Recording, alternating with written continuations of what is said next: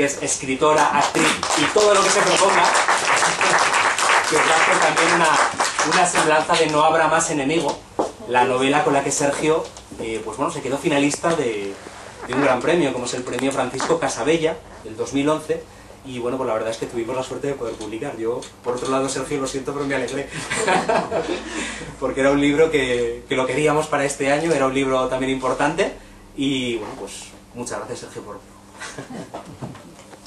Bueno, pues yo no conocía a nadie, excepto a Óscar, ni al músico que nos ha cantado tan maravillosamente, ni a Sergio, ni a Javier, no conocía nada. Todas las referencias a Esterismundo me encantan, yo soy hija de Esterismundo, pero al leer a Sergio también me he dado cuenta del gran cambio generacional, ¿no? Me he dado cuenta de que yo soy 10 años más mayor que Sergio, y eso se trata, ¿no? Pues yo también quiero empezar por el final, como los que leen el periódico por la última página, que yo soy de las que leen el periódico por la última página. Y a mí me ha gustado un término que han utilizado, que nombraba Sergio en su libro, al final del mismo, ¿no? Cuando hablaba un poco de cómo había sido la aventura de escribirlo, y nos contaba un poco esta historia que hay debajo de No habrá más enemigo, ¿no? Había dicho que la gente que había leído No habrá más enemigo la había tildado de un malditismo onírico, ¿no? Y yo quiero decir que a este malditismo onírico, ya retomando un poco toda la música que hay aquí, ¿no? Yo le añadiría que también huele a literatura pop, ¿no? A ese terciopelo ajado que brilla y que tanto me gusta, que eso es para mí el pop, ¿no? Después de leer No habrá más enemigo, pues yo reivindico la figura de la chica pop, que en un momento dado, en uno de sus estupendos diálogos, cuando se refiere a una mujer, dice, es una chica pop. Y a mí eso me encanta porque me da mucha nostalgia. Yo también quiero ser chica pop. Bueno, yo soy tecnopop, que es peor, porque es más antigua todavía, ¿no? Pero yo reivindico esta literatura pop y esta forma de referirse a la gente pues con una tendencia musical, ¿no? Y también me ha gustado mucho esa esencia también de los bares, ¿no? De las bodegas Almao, ¿no? Que aparece constantemente en el libro y que forma parte de la historia, que se convierte casi en un personaje, ¿no? Que ahora, pues, para cualquiera que lea el libro ya no puede ir a bodegas Almao sin mirar alrededor y preguntarse dónde estará Lenin y todas sus sombras. Es evidente que Sergio del Molino ha cambiado el samovar ruso por el lingotazo de Somontano, ¿no? En estas bodegas Almao. Pero lo que más llama la atención es que no deja de ser hermoso, ¿no? Porque esa decadencia fría del sentimiento que tanto me ha recordado a mí a la literatura rusa y que se lo estaba comentando él cuando nos hemos conocido. Una literatura del psicoanálisis, de la conciencia tormentosa del ser, donde lo exterior no importa porque lo importante sucede por dentro. Cuando uno lee a Chekhov o representa una obra de Chekhov, no sucede nada y sucede todo. Están hablando alrededor de la comida, alrededor de una mesa, mientras beben té, y parece que no pase nada, pero está pasando todo, está pasando el mundo por dentro, son túneles interiores. Y yo creo que la novela de Sergio son túneles interiores, lo importante son los personajes y lo que les está pasando por dentro, ¿no? Y aunque Sergio ha vestido, es verdad, la novela de acción y de un toque de misterio, no la ha despojado de ese gran peso literario, sentimental de la gran literatura, ¿no? Lejana, honda y gélida, que estremece pues casi tanto como el pop pasado de tiempo, ¿no? La novela de Sergio, cuando la leí, me vino una imagen a la mente, ¿no? Que es como cuando tú comienzas la novela de Sergio, no sabes, estás perdido, es como si alguien te hubiera vendado los ojos y te hubiera dejado en mitad de la nada. Y yo pensaba que si tuviera que describir la novela de Sergio es como que de repente estás en la iglesia, en una boda, y aparece la novia con el vestido manchado, la cola manchado de barro, y le faltan 3 botones a la espalda. Y tú te preguntas, ¿de dónde viene? ¿Dónde ha ido? ¿Quién tiene esos botones? ¿A qué huele ese misterio a blanco roto?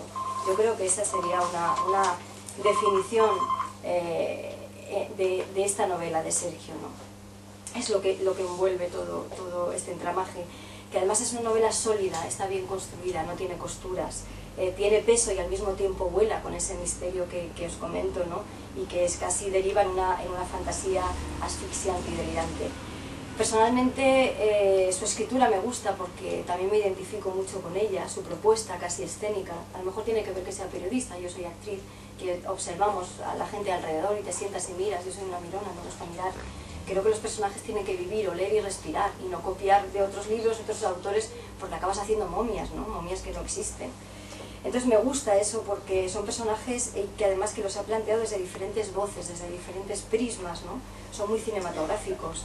La habilidad a la hora de tejer los diálogos, que son reales y palpables, son verdaderos, ¿no? La chica pop, no son personajes que acaban hablando todos igual o se acaban contagiando y son todos del mismo color, ¿no? Sergio hace un abanico de acuarelas importante, y los diálogos son muy importantes en esta novela, ¿no?